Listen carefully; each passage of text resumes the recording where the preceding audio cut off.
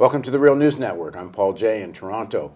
On October 6, Ontario, in Canada, for our American viewers who might not know, is going to elect a new provincial government. 3 parties are in the lead.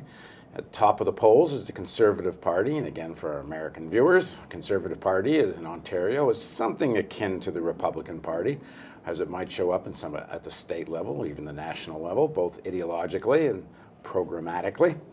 The Liberal Party, which is currently in power, is running second in the polls, and the Liberal Party is sort of like the Democratic Party, maybe a little left of where President Obama is right now.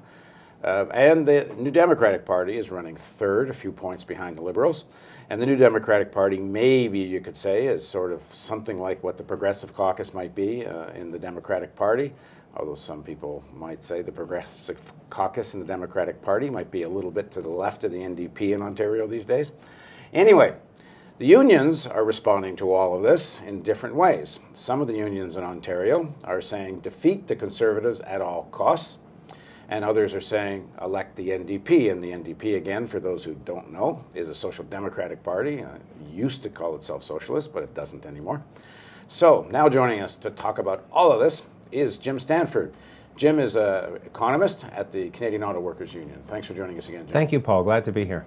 So did I get the lie of the land more or less right? I think you've summed it up well, yeah. I think your American viewers have just taken a master's degree in Ontario politics, and I think you were right on the money there. Okay, good. And for Americans who aren't interested, the rest of this interview is more for the Ontario-arians anyway, but you'll find it interesting. All right, so in the United States, the unions are also a little bit divided, but to a large extent the unions have come out and are supporting Obama, certainly not the national leadership. In spite, and it's another conversation, in spite of the fact that I think they've gotten very little out of the Obama administration. But the idea is that the Republicans are such a more terrible alternative. The union leaders are saying, well, we'll bite our tongue about what we don't like about Obama administration, and we will go out and campaign. Are we getting a bit of a mirror of this in Ontario? Well, there is a range of responses, as you mentioned, a range of strategies from the union movement in Ontario. Part of it, I think, reflects different strategic judgments on, what are the major opportunities and what are the major threats for workers in this election. My view and our union's view, shared by many unions, is that a victory by the Conservatives, who are led by what in Canadian politics is quite a hard right leader, Mr. Tim Hudak, would be an enormous setback for workers in Ontario, and so our main goal is trying to make sure he doesn't win. That leaves the terrain open between the Liberals and the NDP to see who does win. Okay, now some of this logic comes from previous experience, and for Americans, but even for a lot of younger Ontario-arians, it comes from experience with the Harris Conservative government. So why don't you just kind of give your take on what the significance of the Harris government was? Tim Hudak, the current Conservative leader, was in fact a minister in the previous Conservative government and what were the years that of ruled from 1995 through 2003. And Hudak was a junior cabinet minister in that government. And Mike Harris brought in what he called the Common Sense Revolution, which was a very radical right program to kind of remake Ontario. Started with big tax cuts, major attacks on unions, changes in labor law to make it much harder for unions to have any effect on the labor market, tax cuts for corporations, very much sort of market-dominated approach to our society, big cutbacks in spending on our public education and public health care programs in Ontario. It kind of culminated the defining moment in 2001 when, in part because of cutbacks of environmental inspectors, we had a huge scandal where a town ended up with poisoned water, and 6 people died from drinking the water. And that this is Walkerton. Walkerton. It kind of symbolized what it all meant. Several years of attacking government instead of using government to try and strengthen our society and our economy and our environment. And that's where we were at. We couldn't even drink the damn water anymore. So Harris and his ilk was voted out of office in 2003. Replaced by the Liberals, who have been kind of a center-left government, as you indicated. Now, Mr. Hudak is trying to ride a kind of a populist, in a way a kind of Tea Party type of rhetoric about how high taxes are, blame government, hand things over to the private sector. He's trying to ride back into office, and if you analyze his platform, it would very much be a sequel, if you like, to the common sense revolution that Ontarians ultimately rejected. Now, the Liberal Party years after, that are, as I said, the Liberal Party is still in power, and after Harris, what's your assessment of those years? Well, they've had 8 years in a way to undo some of the damage that was done by Harris. Now, the Liberal Party is a more or less centrist type of government. They try and straddle both sides, if you like. They're very close with business, and they're pro-business in their general direction. On the other hand, they've made some important commitments to social programs. Some of the good things that have happened under the Liberals: the minimum wage in Ontario has increased 50%. That's been very important. We've had very big increases in spending on healthcare and education, bigger than any other province in Canada, bigger than NDP provinces, for example. We've also had some really important environmental laws. We phased out the use of coal in electricity generation in Ontario, which is very important. And now they brought in a new green energy strategy where they're going to have an aggressive expansion of wind and solar energy. And very importantly, that's tied to some domestic content rules on the energy system, on the electricity system, so that the suppliers have to build windmills and solar panels in Ontario, so we get some of the jobs that come with it. So those are some of the positive measures. Their record is far from perfect, of course. They've had big corporate tax cuts that we opposed and other measures. But it would be absolutely wrong to say there's no difference between the Liberals and the Conservatives. The government in the last few years has been markedly better than it was. Well, one of the things Harris did was he revised some of the labor laws that had been passed by a previous NDP government. That was his first act, actually, in power. Mike Harris was his Bill 7 in 1995, which was a real attack on labor laws and unions. Because the NDP government, and it was kind of a rare voting split that allowed an NDP government to be elected, but they did pass some anti-scab legislation. They did make some changes on labor law that one had not seen before, and Harris undid all of that. Right. Now the Liberals come in. Do they ever undo any of the Harris changes, or do they essentially leave the Harris anti-labor, as labor people call it, reforms in place? They kind of split the difference, and again, that's a very liberal approach to things, I guess.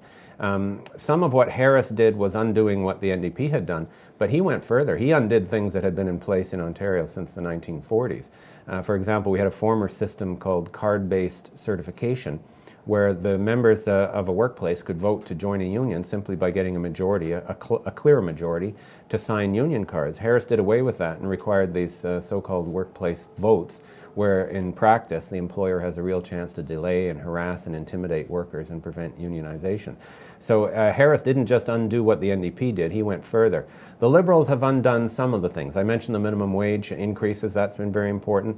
They have brought back card-based certification, but only in the construction industry. We'd prefer to see it more widely throughout the economy.